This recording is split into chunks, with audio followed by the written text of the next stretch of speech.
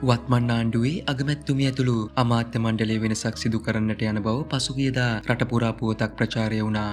ඉතින් මේ පිළිබඳව අද පැවති කැබිනට් තීරණ දැනුම් දීමේ මාධ්‍ය හමුවේදී මාධ්‍යවේදීන් නලින්ද ජයතිස්ස අමාත්‍යවරයාගෙන් ප්‍රශ්න කර තිබුණා. එහිදී මාධ්‍යවේදියා ප්‍රශ්න කර සිටියේ අග්‍රාමාත්‍ය ධූරයේ වෙනසක් කර ඒ විමල් රත්නායක මහතාට හෝ නලින්ද ජයතිස්ස වන ඔබට ලබා දීමක් පිළිබඳව කතා බහක් ඇති වී තිබෙන බවයි. ඉතින් එහි සත්‍යතාවය ගැන නලින්ද ජයතිස්ස අමාත්‍යවරයාගෙන් එහිදී ප්‍රශ්න කර තිබුණා.